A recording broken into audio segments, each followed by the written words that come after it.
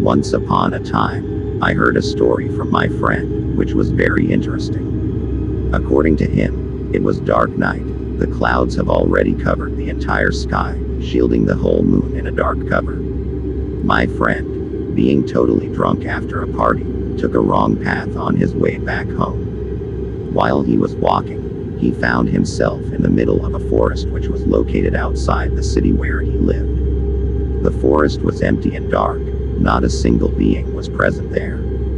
The only source of light there was a singular old lamp, which was in a terrible condition and kept on blinking. Even though my friend made a late decision to return back to city and sleep fast, but something happened that grabbed his attention. Suddenly he heard a shriek growl coming from the bush.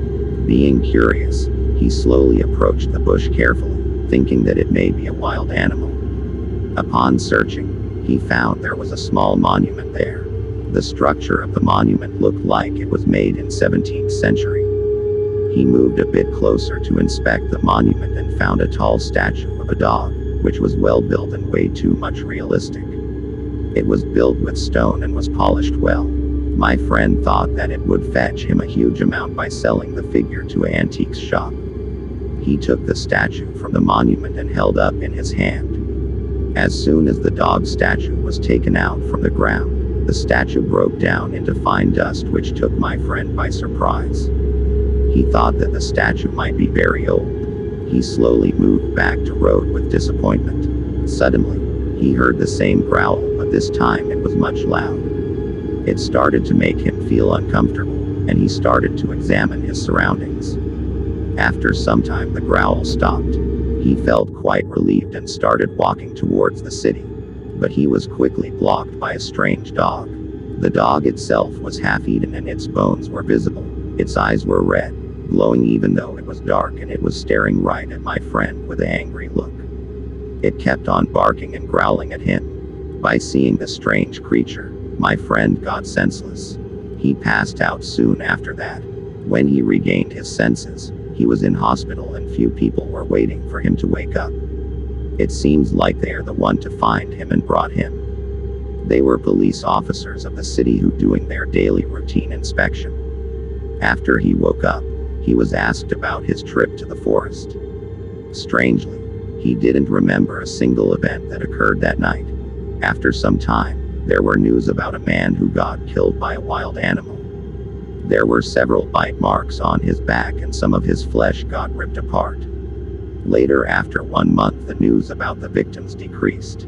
It was still unknown why the victims were there in the first place and who killed them. I don't know whether my friend saw that night was true or just an illusion, but the question still haunts me in the dark.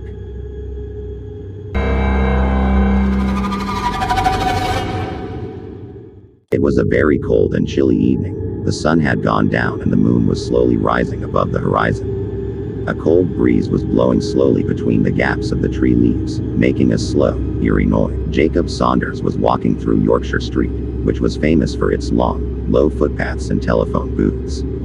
As he walked down the street, a strange rumor flashed in his mind. Recently he had heard that many people were either getting kidnapped or just getting erased from the mere plane of existence. Jacob was unaware of such rumors, also because there was no concrete evidence of the kidnappings. As he walked down the street, there was not even a single living being on the sidewalks. The cold breeze was still blowing with a creepy sound, guiding him to his destination. Suddenly he heard a strange noise coming from a dark alley behind a movie theater. When entered the alley, he found an old, crooked man sitting at the corner of the alley. It was too dark for Jacob to see anything clearly, so he switched on the flashlight. As he approached the man, the crying intensified. Finally, Jacob said, "There is nothing to worry, Connor. Everything has to end at a certain point in time, but death is not the end." Saying this, Jacob pulled out his gun from his back pocket and placed it against the man's head. Suddenly, the man jumped up and grabbed Jacob by his collar. Then he spoke to him, loudly in the most horrific voice known to mankind. "Do you have any idea about what death is?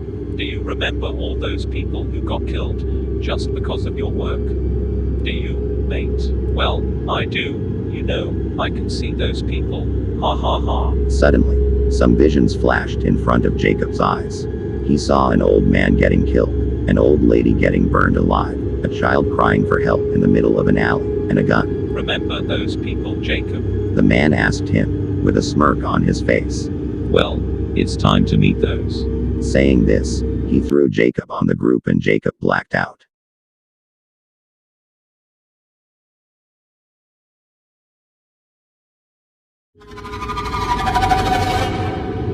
Mrs. Diana Saunders was giving birth to her first child in a hospital room in Riverwood City, northern Arizona. Mr. Alex Saunders was standing beside her bed, with a stern look on his face. After a few minutes, the doctor announced the birth of a boy, who was given the name Jacob, after his late grandfather, who was a demon slayer. At an early age, Jacob used to stay with his mother and his sister, Lucy.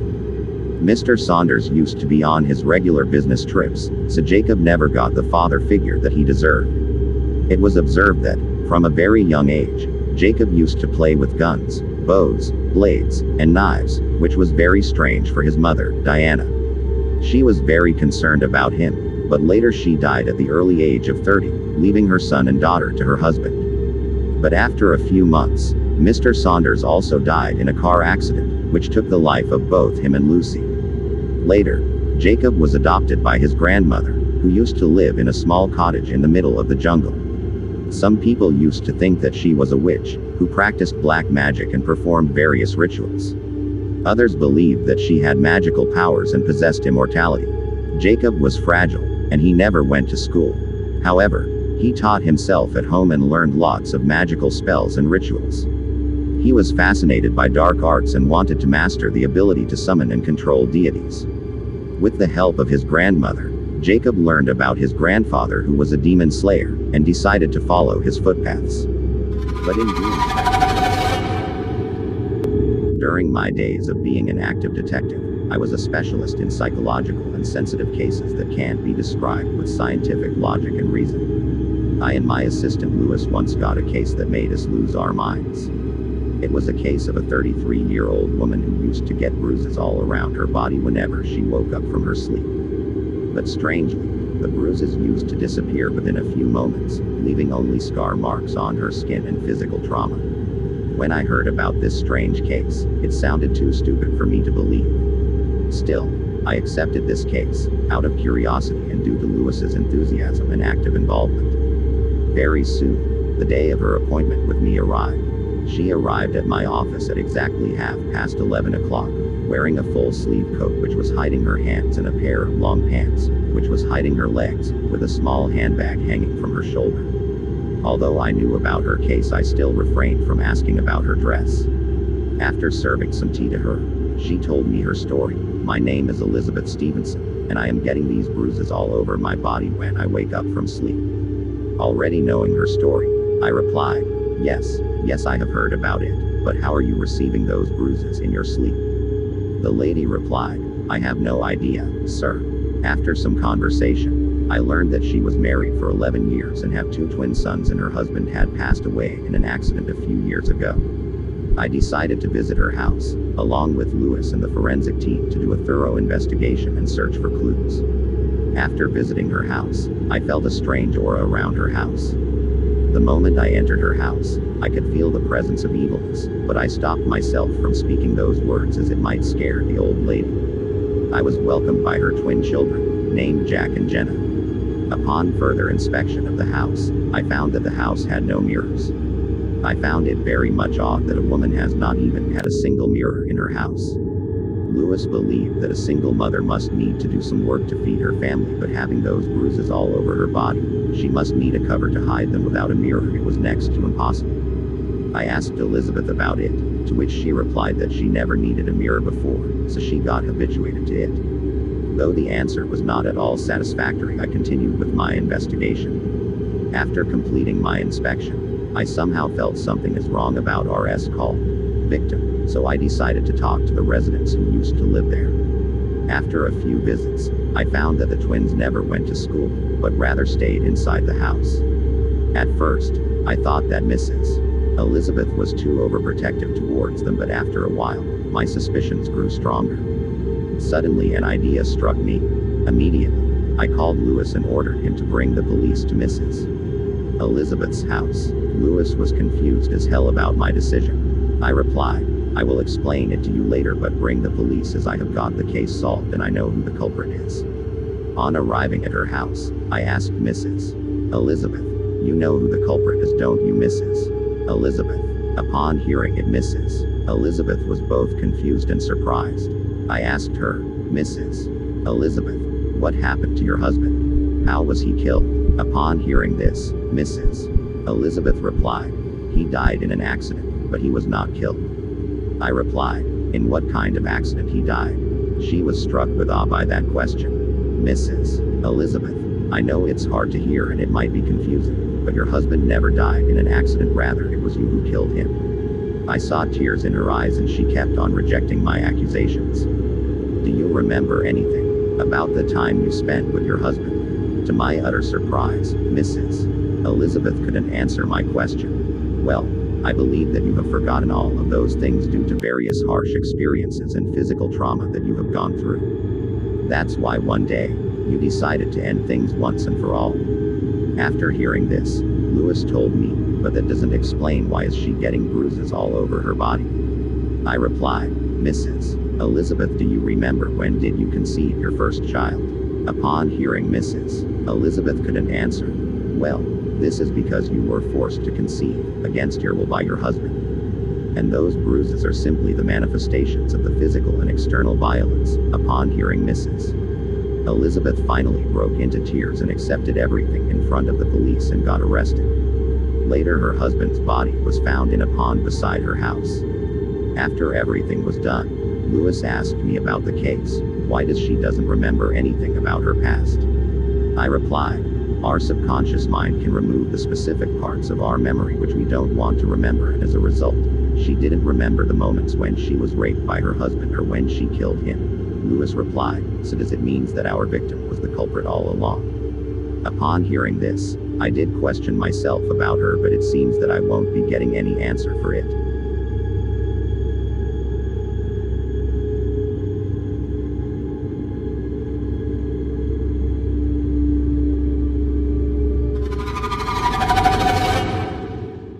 The only thing in the world which is easy to gain but hard to lose is a mother's trust towards her child. This is the story of a boy, Stephen, who was 10 years old and lived in a small town beside a village area. As it was a very small locality, the nearby school was just 5 kilometers away from the village and just 17 minutes from the market. Most of the kids of that village used to attend that school, while other youngsters preferred not to study as they believed that they are destined to continue their family business in agriculture. The richest person in that village owned around 1,000 lands. He had a son named Stephen and a wife, Angela, with whom he married for 12 years. Angela looked like she was in her middle 30s, but her age was just 26. She was married at the age of 13 and conceived Stephen at the early 16. Like his parents, Stephen was brilliant in his studies and excelled in every kind of sport and activity. During the summer vacation, the school decided to go on a picnic on a nearby mountain. The students of that school were very excited when they heard the news. Stephen was excited too, as it was his first trip with his school friends. Stephen's father was a very busy man and he used to spare no time for his son. Stephen was so excited about the trip that he didn't even sleep at night, and then the day of the picnic dawned upon him, which he was eagerly waiting for. Although Angela was against the trip, out of Stephen's stubbornness, she gradually accepted the trip.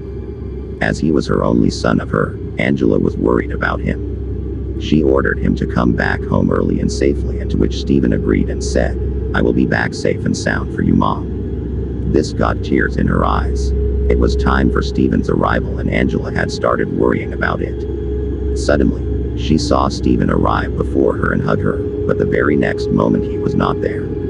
Angela was confused. Drops of tears fell from his eyes. Suddenly she heard Stephen's voice in her mind. The voices were everywhere, and they were calling her out of pain, fear, and anxiety. After that, the doorbell rang. Angela opened the door only to find a tall man standing behind it. He said that there had been an accident, which took the lives of 3 children. Hearing that, Stephen's mother moved to tears as all guilty feelings befell upon her. Suddenly she heard his voice again. From surprise, she saw Stephen standing in front of her, smiling like a lovely baby. With one last laugh, he replied, "I told you I will come back to you." Saying this, he vanished into the thin air. Though the sorrow was hard, still it was necessary to overcome it, or else it is hard for someone to move forward in their life. The same phenomenon happened with many of the dead children's parents around the world. It seemed like the traveler of death, who will be leading them to heaven, gave some time to them so that they can fulfill their promises to their parents. Note from the author: trust is a small word, but keeping trust in someone is hard. Learn to trust others while also keeping the trust of others, or else humanity will be wiped out forever.